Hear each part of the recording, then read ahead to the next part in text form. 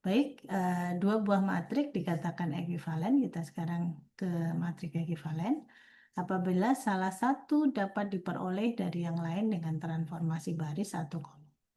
Jadi kalau dua matrik itu dikatakan ekuivalen jika misalkan A itu kita lakukan operasi baris elementer, ternyata di satu langkah nanti nilainya sama dengan matrik B, maka dikatakan keduanya ekuivalen. Kalau transformasi elementer baris saja dinamakan ekuivalen baris. Jadi artinya kalau dioperasikan dengan transformasi elementer baris, maka disebut dengan ekuivalen baris. Tapi kalau dilakukan dengan transformasi kolom saja dinamakan ekuivalen kolom. Ini kita lihat contoh A, ini seperti ini ya. B-nya 410231. Ini disebut ekuivalen baris. Kenapa? Ternyata B, matrik B ini itu sama dengan matrik A setelah dilakukan penukaran. Ini kan baris 1 dari matrik A ditukar dengan baris 2 dari matrik A juga, maka hasilnya ternyata sama dengan matrik B. Ya. Maka ini disebut dengan ekuivalen baris. Demikian juga kita lihat sekarang apakah ini ekuivalen. Bisa kita buktikan apakah ini ekuivalen.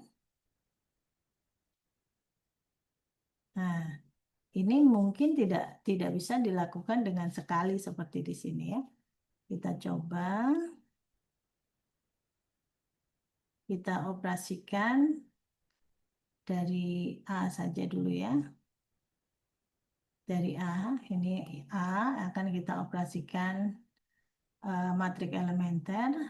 Misalkan baris 1, 2 dari A. Maka hasilnya kan sama dengan ya 4, 1, 3, 2, kan ditukar aja ya. 3, 0, 2, 1. Nah, ini sudah hampir sama ini. Baris keduanya dari B ini sudah sama dengan baris kedua dari C. Yang berbeda adalah yang di sini. Tapi kalau kita lihat di sini, ini ya, ini yang berbeda hanya di ini, ya, baris 1 kolom 1. Maka ini saya bisa lakukan dari hasil ini, saya operasikan ya, saya operasikan secara kolom. Ya. Caranya gimana? Jadi kolom 1 saya tambahkan dengan kolom 2 dikalikan 1. Jadi kolom 2 saya kalikan 1 dan hasilnya tetap.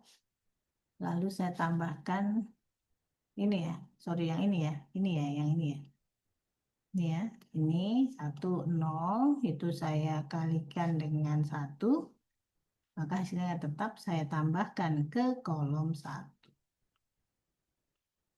Maka ini kalau saya tambahkan ini ke sini, begitu, menjadi 5, 3. Kenapa? Karena ini kan 0. 0 ditambahkan dengan 3 kan tidak berubah. 1, 0. 3 duanya tetap. 2. Oh, sorry. Ini masih 2, 1. Ini masih 2, 1 ya. Padahal yang diinginkan di sini 1. Maka caranya gimana? Saya operasikan lagi kolom. Antara kolom 4 dengan kolom, ini kan sudah mau sama ya. 5, 1, 3, 5, 1, 3. Nah gitu, yang ini beda, masih beda. Maka saya operasikan kolom 4. Ini kolom 4 akan saya kurangi dengan ini. Jadi gimana caranya operasinya? Kolom 2 dikalikan dengan min 1 ya. Dan jadinya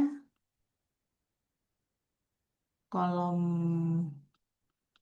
kolom 1 tetap, kolom 2 tetap, kolom 3 tetap, yang berubah adalah kolom 4. Kolom 4 ini yang ini kita kalikan min 1, berarti kan ini menjadi min 1 kan.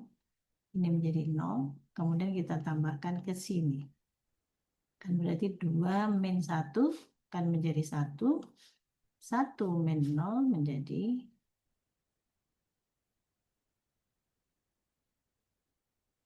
menjadi 1, tetap tidak berubah. Nah, ini sama dengan matrik B kan, berarti ekuivalen. Ya, jadi tapi tidak bisa dikatakan ekuivalen baris maupun ekuivalen kolom karena di sini operasinya ya kita lihat ada baris, ada kolom. Jadi bisa saja diperoleh dari transformasi baris atau kolom. Seperti ini cara menentukan apakah dua buah matrik merupakan matrik yang ekuivalen. Kemudian ada yang disebut dengan matrik elementer. Matrik elementer adalah sebuah matrik jika kita mengerjakan satu kali transformasi elementer terhadap suatu matrik identitas I, maka matrik hasil transformasi elementer disebut dengan matrik elementer. Jadi kita melakukan operasi baris elementer maupun kolom elementer tadi, operasi elementer terhadap matrik identitas. Matrik identitas adalah matrik yang diagonalnya satu semua ya. Oke, diagonalnya satu. Ini contoh dioperasikan baris 1 ditukar dengan baris 2 dari matrik elementer 1, 0, 0, 0, 1, 0, dan 0, 0, 1.